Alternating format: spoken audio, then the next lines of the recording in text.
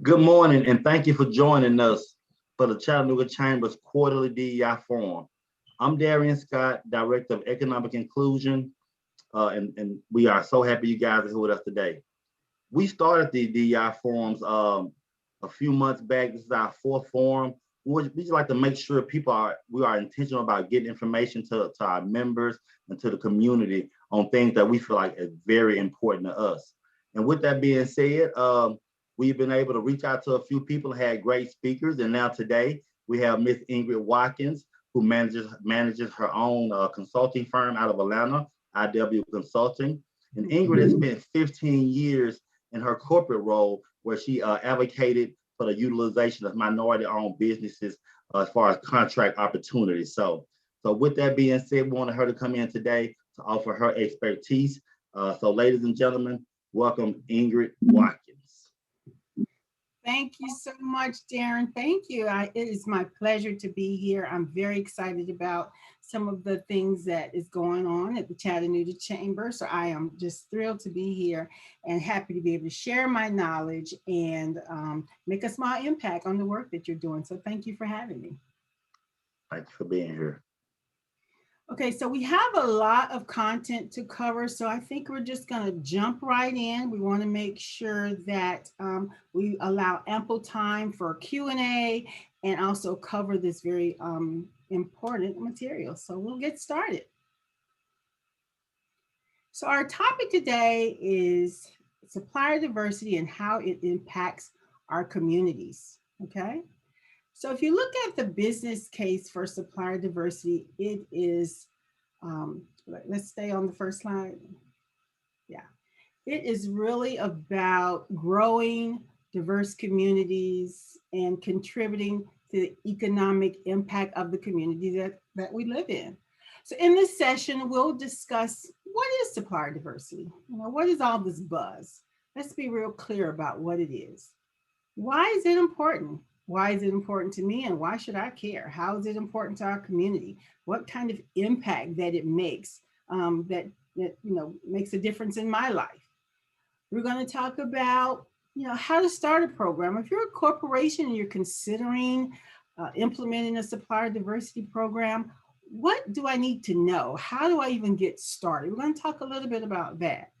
And on the other end of the spectrum, if you're a small or diverse supplier, how do you leverage that diversity status to grow your business? How do you engage corporations and larger companies to invest in you and to add you to their supply chain?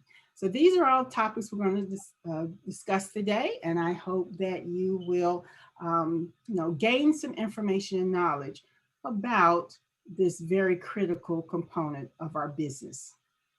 Okay. So what is supplier diversity? I think before I get into what it is, I want to be clear about what it is not. Supplier diversity is not HR or workplace. It's not philanthropy. It's not any of the things that we sometimes get it confused with. Supplier diversity is simply about buying goods and services. It's about procurement. It's about spending. It's about where we're focusing our spending and our vendor engagements, okay? So supplier diversity enables us the opportunity to build a strategy, to put policies and procedures and practices in place to ensure that our organization is practicing inclusive and fair purchasing. That is it in a nutshell. So everything you might have thought it was, all the different compilations we hear, sustainability, DEI, HR, workplace, all those things are important. But supplier diversity is about procurement, who we buy from, and making sure that we have a process of inclusivity so that diverse businesses have a fair opportunity to compete in our procurement processes. Make sense? Okay, we'll move on to the next slide. So now we want to talk about why is it important? Why would I care about supplier diversity? So I think if you're a corporation and if you ever want to increase your market share, if you ever want to grow your business, the diverse marketplace is where that growth will happen. If you look at the statistics in the United States, the minority population, it is steadily growing. Multicultural communities, that's where you're going to find your revenue growth. This resonates with most corporations. No one wants to stay, stable. Every business wants to grow in market share, grow in revenue, grow in a consumer base. And that's how it will be done in the future. And that's through the diverse communities, which is the growing population.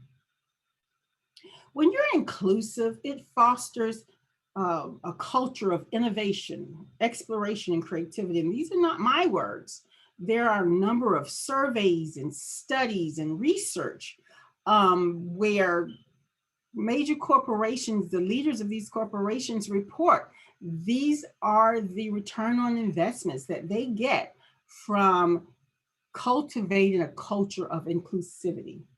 They report that 30% greater return on their investment.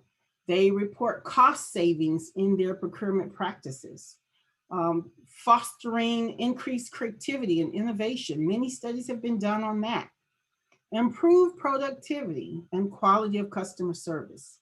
Small and diverse firms can be leaner and more agile.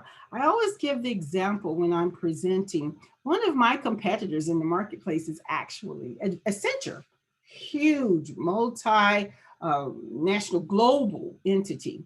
They offer supplier diversity consulting. But I always tell potential clients, when you're considering Accenture, or if you're doing business with them, when you call Accenture for an issue with your supplier diversity consultant or whatever that issue might be, you may be 30 places away from getting to anyone in leadership. When you call a small, diverse firm like mine, you're actually speaking to the principals, either myself or my partner or our third lead. We actually answer the phone. So we're very lean and very agile in that we can address our customer concerns, within an hour or two. We can have issues resolved because we're actually we're interacting with the customers ourselves. So that is one of the benefits of doing business with small and diverse firms. We can address your issues more with more agility, okay? Your supplier base really should reflect your consumer base. I always give the example, supplier diversity, if you think about it, it's really a simple concept. You scratch my back, I scratch yours, right? Diverse communities, they buy goods and services from major corporations. So it just makes sense, good business sense, when those corporations have opportunities, particularly opportunities that the diverse community can accommodate with their capacity and capabilities, then you should certainly reach out to those diverse communities to have a two-way business relationship and not just, a profit-making relationship. So it makes good business sense. Okay, next slide.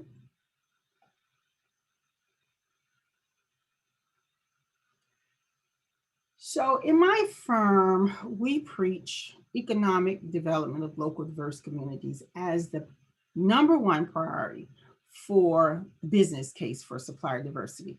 To us, it is absolutely the most compelling reason why any corporation should reach out to diverse businesses, and that's about economic development. We talked a little bit about the demographics. That's a fact, and that's not changing. But when corporations engage minority-owned businesses for contracting opportunities, it contributes to the economic development of local and minority businesses.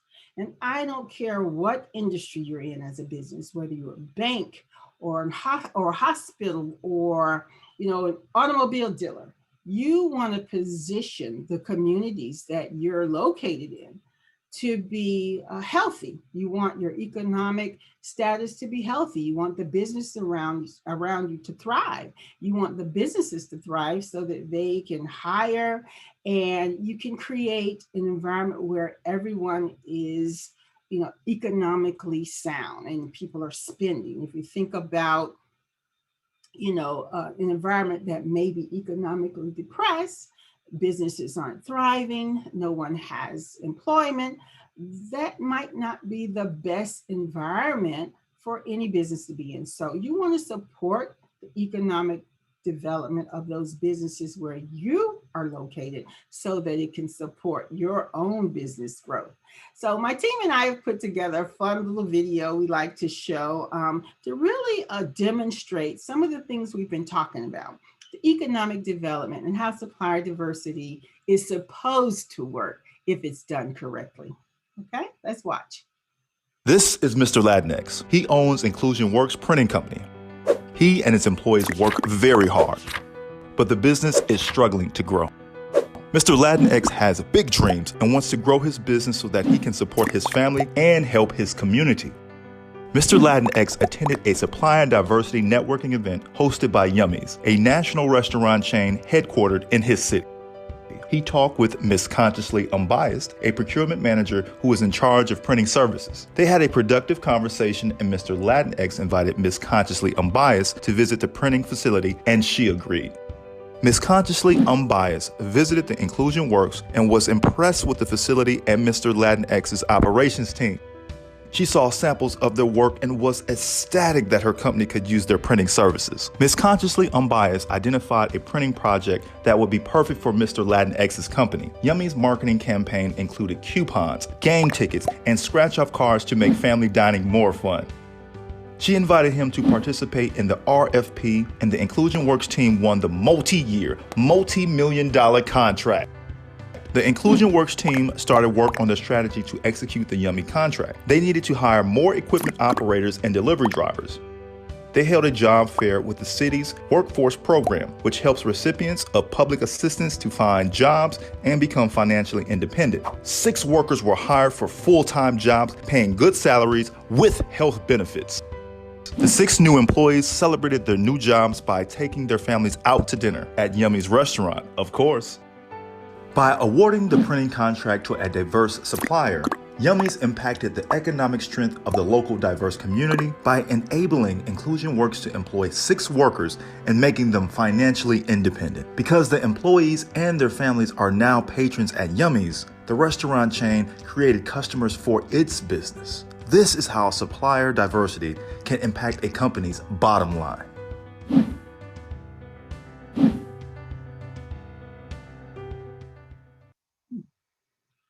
That was a little fun take on how supplier diversity can come full circle in terms of contributing to the economic development of diverse communities, but also growing customers or clients for its own business. So there is impact all along the chain, from small and diverse businesses to corporate revenue streams. So it's all about round the circle growth.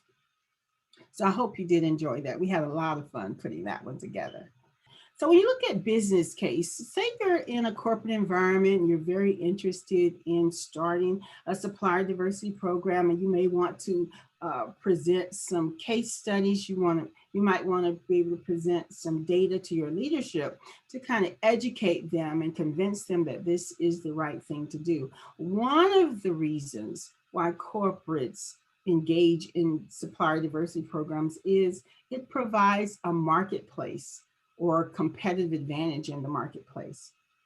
So if you think about supplier diversity as a corporate initiative, more and more we're seeing corporations require their suppliers to engage in tier 2 contracting with diverse suppliers.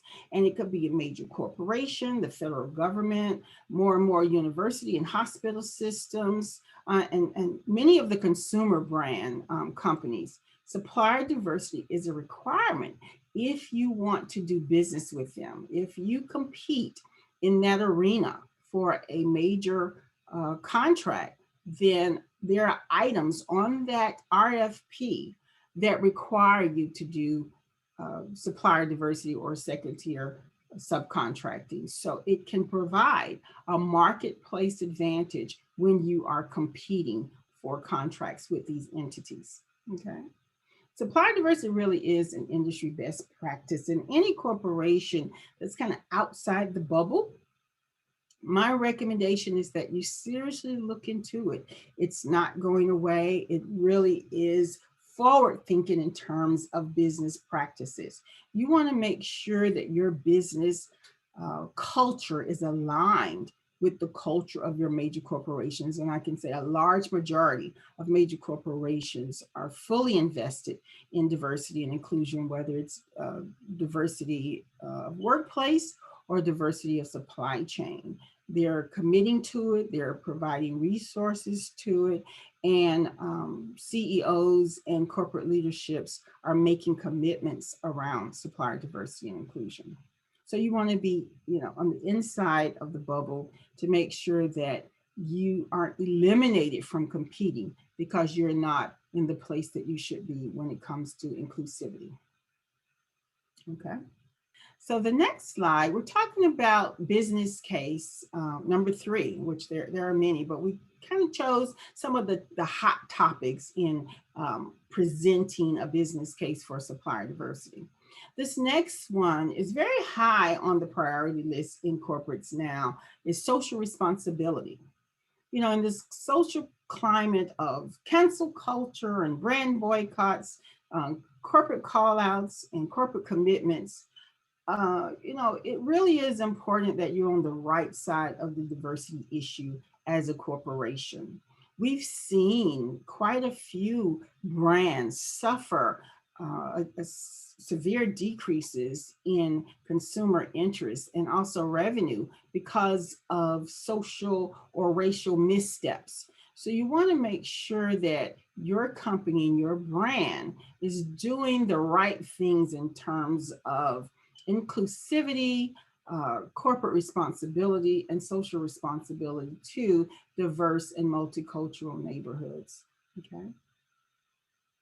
There really is a threat when you're not doing the right thing, or there's a perception that you're not doing the right thing regarding inclusivity of diverse communities. So be very mindful that there is risk involved when you practice exclusivity in your business practices. So consumer expectations, I tell you, the new millennial culture is research. These millennials, they are very tech savvy. They have their computers and phones, on their hip 24/7, and they research, they expect their corporate brands, the people that they buy from, the companies that they support, they expect these companies to have a diversity showing. They'll go to your website to see who are your board members, who are the leaders of your organizations. Is there any diversity amongst your leadership? And they make judgments based on what they find out about your company in terms of diversity and inclusion. And they can certainly make decisions not to patronize your company. So diversity is important whether you are directly serving the diverse communities or indirectly. If your corporate customers are your clients, if corporate entities are your clients, you're serving diverse communities indirectly. So it's important to have that diverse and inclusive culture. Okay. The next slide is about value proposition for supplier diversity. When you're creating your business case, you also want to include what can diverse suppliers bring to the table. You want to dispel any myth that diverse suppliers are all small. That's not true. There are diverse suppliers that are well into the billions of dollars in revenue and can accommodate global contracts and global scale. That diverse suppliers are somehow substandard. Not true. Diverse suppliers can be very tech savvy. They can be very creative and innovative. So it's just a matter of having an inclusive thought process to be able to reach out to these diverse business communities and bring them in and understand their capabilities and their capacity. So we talked a little bit about marketplace competition. It's the way that you can win contracts and not be on the outside of the corporate view when it comes to diversity and inclusion. Foster innovation and creativity. That's true. Lots of studies and research has been done on that. We talked about diverse suppliers, my own firm being very agile and customer focused. I know that firsthand to be true. Improve productivity, increase efficiencies, and reduce costs. That is from a study. I can't cite the source right now, but CEOs of major corporations actually completed a survey and reported that these are the results of their engagement with diverse businesses. A bottom line impact. If you want to increase market share in your business, you have to be inclusive of the multicultural, diverse communities. That's where growth is happening in the country in terms of population, and that's where growth is going to happen in terms of your market share, your consumer base, your customer base.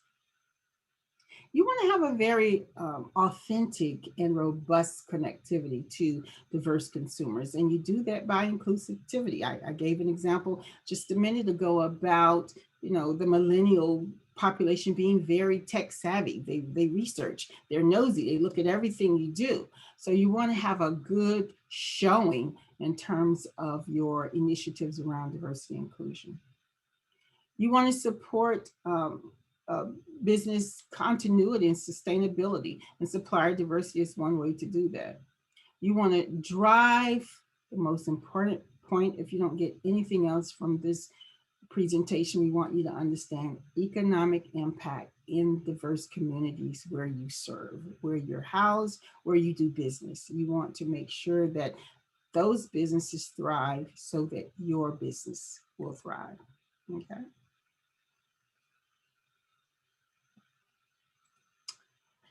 Next, risk mitigation. We talked a little bit about that. The multicultural consumer expectations is really that you be inclusive.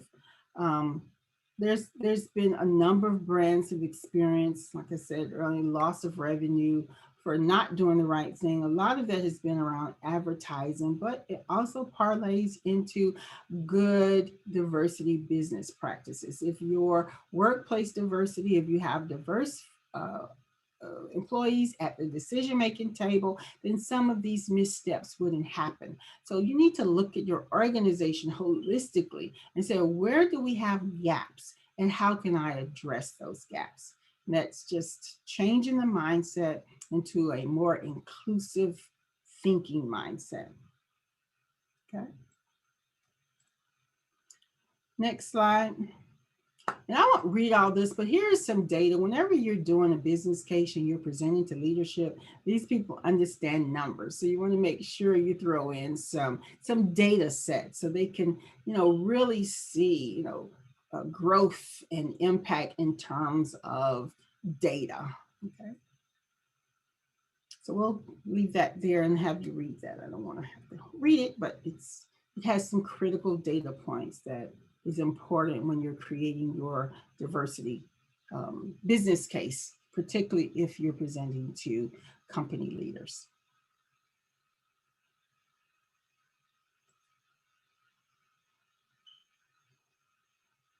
All right, next slide.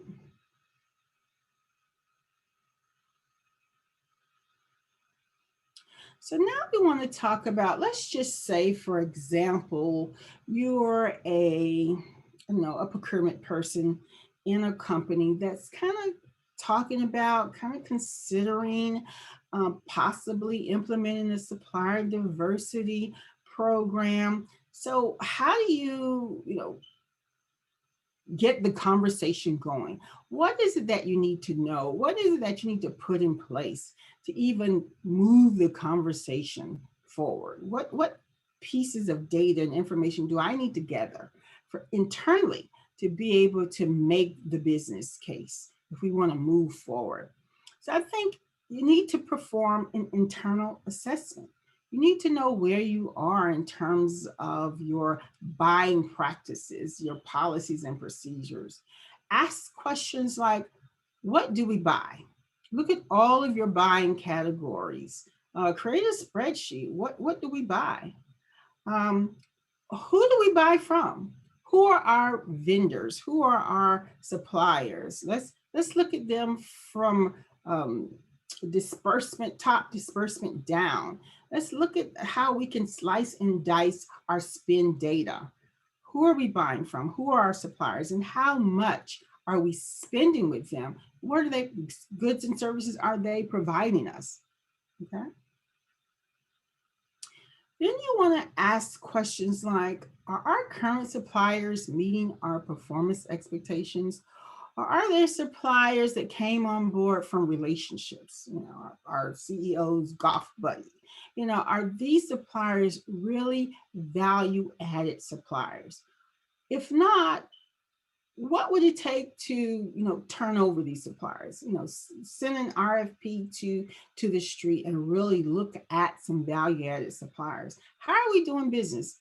Are we buying goods and service on a relationship base? Are we really making an effort to find the best, most capable suppliers to fit our business needs? These are questions you need to ask. Are we getting good value, quality, price, and customer service from the suppliers that we're currently engaged? I think most of the time when we work through these questions with our clients, we find that we're not. A lot of the old timers who've just been passed along in the supply chain for many, many years are relationship-based suppliers.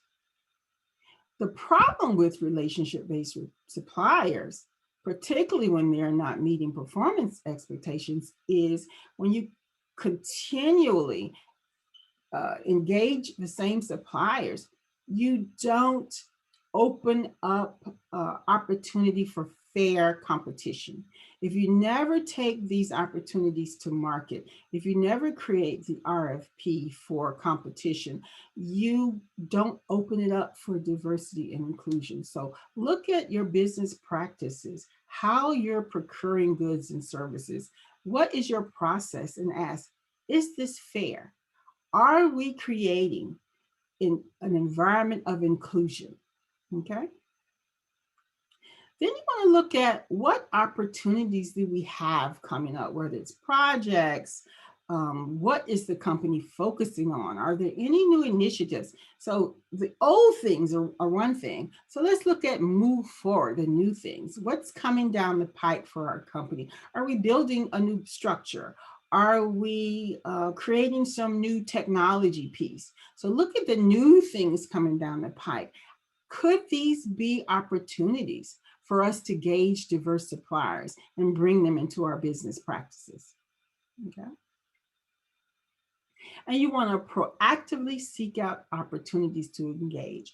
Don't always think large contracts. There's spending going on at the department level. It can be, you can start your program as small as we have a monthly employee birthday celebration where we bring in a meal. Who are the caterers?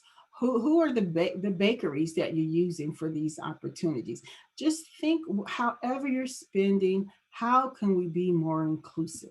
Okay. All right, next slide. So on the other end of the spectrum, let's say you're a diverse supplier. How do I leverage my diversity status to pursue business opportunities or contracting opportunities in these corporate environments?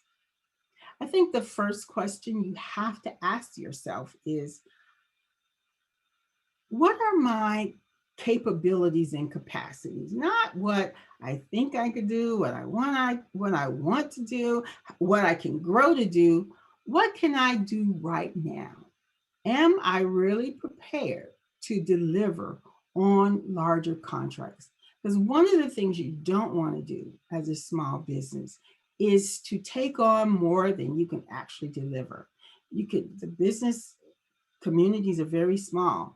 You can really damage your reputation by under delivering on an opportunity. So be real clear what your capabilities and capacity is. and don't take on anything that's that you won't be able to deliver on. You only get one shot in corporate, so make it good and make sure that you can accommodate that business need. Do your due diligence. I can't tell you how many times diverse suppliers miss out on opportunity because they don't have their ear to the ground. I have a perfect example of this. So a few years ago, the Coca-Cola company built huge multi-million dollar recycling entity in Spartanburg, South Carolina. I was at a supplier conference in that area, and this African American business owner came up to me and he explained his capabilities and his competencies, and he was actually in the recycle space. And he said to me, well, how can I work with Coca-Cola? And in my mind, like, you're kidding me? We had all of this media around this huge build out. Before the ground even broke, there was a ribbon cutting announcing that the Coca-Cola company was building this massive recycling entity.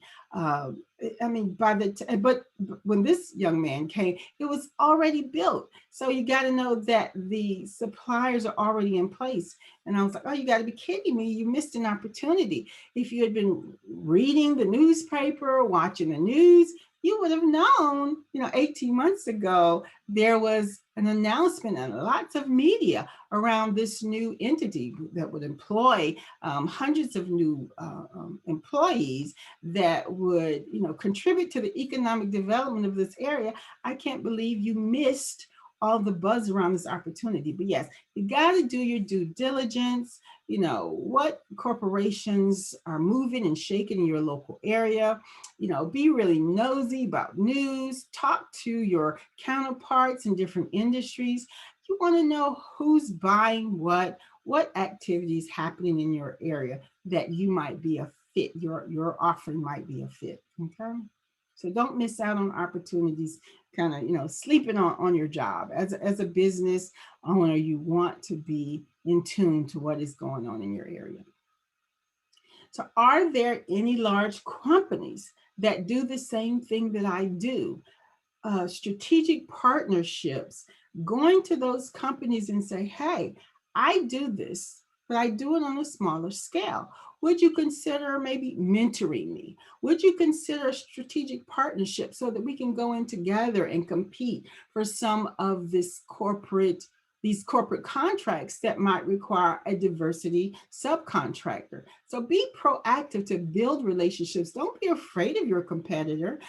Try to, partner with them to form these. They need diversity subcontracting. So you could be the solution that they're actually looking for. So build these relationships and get to know your competitors, particularly if they're larger. Ask for what you need. So I'd love for you to mentor me. And I'd love to be your strategic partner. So stay informed about happenings in your city, your region, and state. We talked about that. Be visible. Owning a business is really about, networking. Be visible on social media so people know where to find you. They know what you do. I can't tell you how many times I've found resources for my organization on LinkedIn. Our social media person, our graphics person, our PR person, even our website developer. I found them all on social media. So be present, make your capacity, capability, offerings known to the business community that is on LinkedIn. Okay. Develop a marketing and engagement plan. It's very important that you, as a small business, diverse business, are in tune to who your clients are. Who is the market that you're trying to reach with your offering? Make sure that you invest in a marketing plan to reach those desired clients and customers. Okay. All right. I think the next slide. The next slide simply recaps most of what we've talked about. Supplier inclusion supports economic growth. When you include diverse suppliers, it's a win-win for everyone. It's a win-win for our communities. It's a win-win for our major corporations, and it's a win-win for our diverse business owners. A strong economy supports revenue growth of our major corporations, okay? If no one has jobs, businesses, and money to spend, no one wins, okay? So it's just that simple. It's the concept of circle of impact, and we want to keep that in mind as we engage diverse suppliers, as we build our programs, as we grow our programs, as we are diverse suppliers and we're competing. Keep that thought in mind. It is key to us all being successful and for us all to win. So I know we have some questions. We want to get to that. We're about 20 minutes out, but we want to get to some questions, okay? Thank you, Ms. Watkins. That was a wonderful presentation. I actually got a lot out of it myself, but we do have some questions. Okay. Well, actually, let me ask you, coming from me, I heard you speak on some of the major corporations. What major companies are getting it right, and how important is it for these major companies to be having these efforts, these intentional efforts? Okay. Well, you kind of put me on the spot because these are my colleagues, but I will say I really admire programs like the MGM Mirage. And in their program, they will not accept any prime supplier into their supply chain that does not have a diversity initiative. So what that means is if you're going to do business with the MGM Mirage, any of its vast hotel chains, you have to have a supplier diversity program. I really admire that strong stance. I think another company that's doing a great job of getting it right, both in DEI and supplier diversity, is Starbucks. After Starbucks had the little snafu, they invested in consultants to really guide them to becoming a more diverse and inclusive corporate environment. And they're doing an excellent job. So I think those two examples, making diversity inclusion an absolute contract requirement, is very forward thinking. And, if you don't know something the way Starbucks did, they just weren't aware, bring in the experts who can show you, can tell you, who can build those strategies around diversity and inclusion for you. So yeah, those are two great examples, and I really admire those companies. Thank you for that information. With the diversity kind of on the uptick, a lot more organizations are getting diversity initiatives and programs, right? What happens when an organization doesn't know where to start? What should they do? Create a baseline? What are some of the things they could do?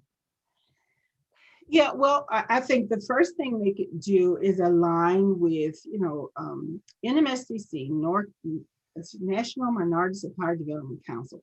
It is the overarching diversity advocacy group. I think they boast over 10,000 members, corporate and diverse suppliers. NMSDC kind of sets the guidelines for setting up a program. So I think you can get a lot of information from there. You can probably get a lot of information from the website. But my favorite is, engage a consultant. And that's what we do in my firm. And there are other consultants that do that. We help, corporations build strategy and implement their supplier diversity program. So if you feel like you don't have the knowledge base and the resources to invest in, doing the due diligence to learn how to start a program, and there's lots of information out on the internet. There's lots of resources, out in, the industry. But if you're very serious about it, you want to build a customized company-centric program, I would say invest in engaging a consultant. Makes a lot of sense. Another question. What changes can we anticipate in supply diversity this year? Like what are you hearing in your ecosystem? Good question. I think one of the changes that I'm really excited about, and I think this came out of the new social climate, is that corporations are investing in diverse suppliers in a very robust way. There are tons of grants available. There's funding for education, funding for development and operational support.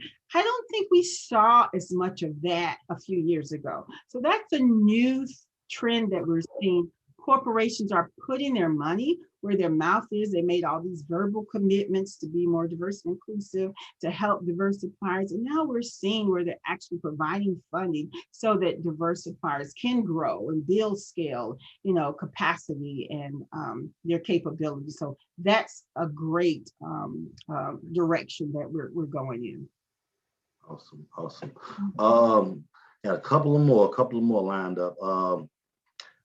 So how would you recommend the chamber to create an infrastructure to support growth and expansion of supply diversity, in a city like Chattanooga? Honestly, I think the chamber has laid the foundation already. I mean, you're doing things like your educational series. I mean, knowledge is power. And when you're investing in, providing this training, this education series, that's the right way to go. You have, successful companies as members. You have small and diverse suppliers.